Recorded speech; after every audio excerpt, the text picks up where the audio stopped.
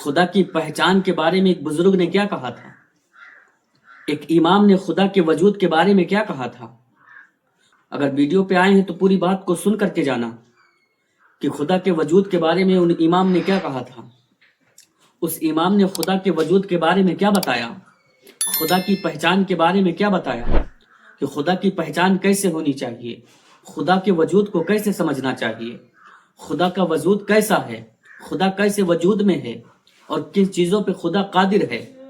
تو اس بزرگ نے فرمایا تھا، ان امام نے فرمایا تھا، اس امام کا نام تھا حضرت امام شافعی رحمۃ اللہ علیہ، جن سے ایک شخص نے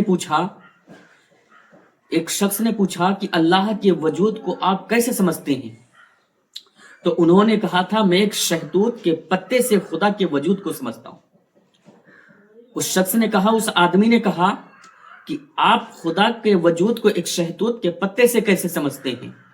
تو کہا شہتوت کا پتا ایسا ہے کہ اگر اس کو بکری کھا لے تو اس کے میگنیاں نکلنی شروع ہو جاتی ہیں، اور اگر وہی پتا شہتوت کا وہی پتا اگر ہرن کھا لے تو مشک نکالنا شروع کر دیتا ہے۔ اگر وہی پتا شہتوت کا وہی پتا ریشم والا کیڑا کھا لے تو وہ ریشم نکالنا شروع کر دیتا ہے۔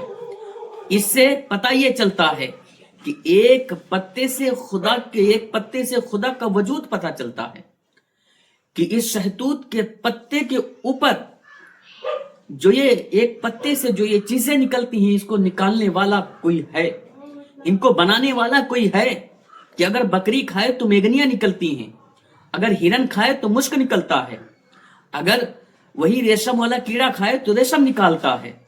تو اس کو بنانے والا ہے کوئی کہ پتا ایک ہی ہے، کھانے والے تین ہیں، اگر ایک کھا رہا ہے تو اس کی میگنی نکل رہی ہے، اگر دوسرا کھا رہا ہے تو اسے مشک نکل رہا ہے، اگر تیسرا کھا رہا ہے تو اسے ریشم نکل رہا ہے۔ پتا تو ایک ہی ہے لیکن اس کے وجود میں کتنے آئے؟ تین آئے۔ ایک پتے سے تین چیزیں ہوتی ہیں، تو اس کو بنانے والا ہے کوئی۔ اگر ہے کوئی جب کھاتا ہے تو اللہ اس کے مشک نکالتا ہے، کوئی جب کھاتا ہے تو اللہ اس سے ریشم نکالتا ہے، کوئی جب کھاتا ہے تو اسے اللہ بیماری میگنیوں کے طور پہ دیتا ہے۔ بکری کھائے تو اسے بیماری ہوتی ہے، اگر ہرن کھائے تو اللہ مشک نکال دیتا ہے، اور اگر وہی پتے کو اگر ریشم کا کیڑا کھا لے تو اللہ اسی سے ریشم بنا دیتا ہے۔ تو اس ریشم سے، اس پتے سے ہمیں یہ پتا چلتا ہے کہ اللہ ہے۔ اس پتے سے، شہتوت کے پتے سے ہمیں اللہ کے وجود کا پتہ ملتا ہے، اس شہتوت کے پتے سے ہمیں اللہ کا پتہ ملتا ہے۔ عزیزان ملت اسلامیہ، پھر امام شافعی فرماتے ہیں کہ اگر کوئی ماننے پہ آئے، اگر کوئی سمجھنے پہ آئے، اگر کوئی ماننے پہ آئے تو ایک شہتوت کے پتے سے وہ خدا کے وجود کو سمجھ سکتا ہے۔ اگر کوئی ماننے پہ آئے تو ایک شہتوت کے پتے سے اللہ کی پہچان کر سکتا ہے، وحدہ لا شریک کو مان سکتا ہے۔ اور اگر ماننے پہ نہ آئے تو اسے پیغمبر بھی، نبی علیہ السلام بھی اسے سمجھا نہیں سکتے ہیں، انبیاء اکرام بھی اسے سمجھا نہیں سکتے ہیں، انبیاء اکرام دلیلوں پہ دلیلیں دیتے جائیں لیکن وہ ماننے والا نہیں ہے۔ کیونکہ ہم نے دیکھا ہے مکی کی سرزمین کے اوپر آقا نے جب نبوت کا اعلان کیا تھا، فرحان کی چوٹی پہ چڑھ کر کے جب نبوت کا اعلان کیا تھا تو ماننے والا ابو جہل نہیں تھا۔ کیا نبی نے دلائل نہیں دیے تھے؟ کیا نبی نے قرآن کی آیت نہیں سنائی تھی؟ کیا نبی نے اپنے نبی اور رسول ہونے کا دعویٰ نہیں کیا تھا؟ کیا نبوت کا اعلان نہیں کیا تھا؟ لیکن ابو جہل نے نہیں مانا تھا، ابو لہب نے نہیں مانا تھا،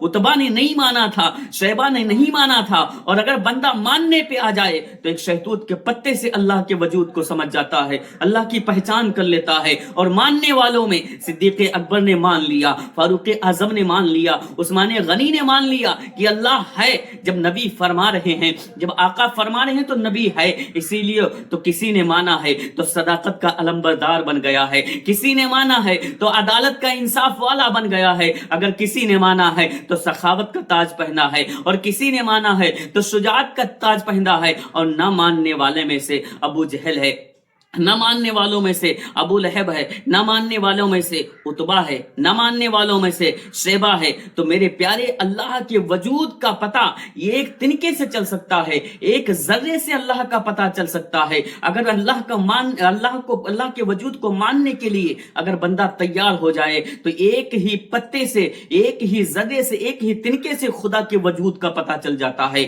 اور بندہ ماننے پہ نہ آئے، اگر اللہ اسے ماننے کی توفیق نہ دے، اگر اللہ اسے ایمان لانے کی توفیق نہ دے، تو بندے کے سامنے دلائل پہ دلائل دیتے جاؤ، بندے کے سامنے دلائل پہ دلائل رکھتے جاؤ، بندے کے سامنے دلائل پہ دلائل پیش کرتے جاؤ۔ بندہ ماننے کے لیے تیار نہیں ہوتا ہے، بندہ سمجھنے کے لیے تیار نہیں ہوتا ہے۔ اسی لیے تو کہا تھا یہ سعادت بازوئے نیست، یعنی آپ کی ملاقات اچھی ہوگی۔ میرے پیارے، ابو جہل مکے کی سرزمین ہے، مکے کی سرزمین ہے، خانہ کعبہ کے پاس ابو جہل نکلتا ہے، اور ابو جہل نے جب نبی کو دیکھا ہے، نبی کو دیکھ کر کے کہا ہے، نبی کو دیکھ کر کے کہا ہے آپ بہت بدصورت لگ رہے ہو، آپ بہت بدصورت لگ رہے ہو۔ نبی نے فرمایا اے ابو جہل تو نے سچ کہا ہے، اے ابو جہل تو نے سچ کہا ہے۔ پھر صدیق اکبر آتے ہیں اور صدیق اکبر نے کہا یا رسول اللہ علیہ الصلوۃ والسلام، آج آپ بہت حسین لگ رہے ہو، آج آپ بہت خوبصورت لگ رہے ہو، آج آپ کا حسن و جمال بہت اچھا لگ رہا ہے۔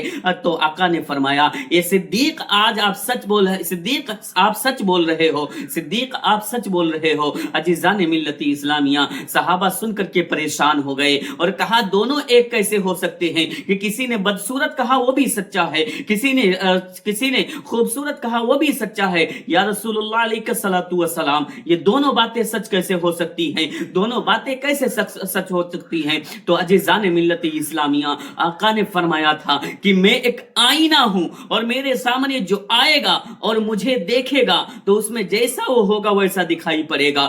اب ابو جہل آیا تھا، اس نے دیکھا وہ بدصورت تھا تو اسے اپنا چہرہ نظر آ رہا تھا تو اس نے بدصورت بتایا، اور جب صدیق اکبر آئے تو یہ خوبصورت تھے، اسی لیے انہیں خوبصورت دکھائی پڑ رہا تھا۔ تو عزیزان ملتی اسلامیہ، اگر بندہ ماننے پہ آئے تو اس کو ایک ذرے کا تنکا کافی ہے، اور اگر ماننے پہ بندہ نہ آئے تو اس کے سامنے دلائل پیش کر دو، بندہ ماننے کے لیے تیار نہیں ہو سکتا ہے۔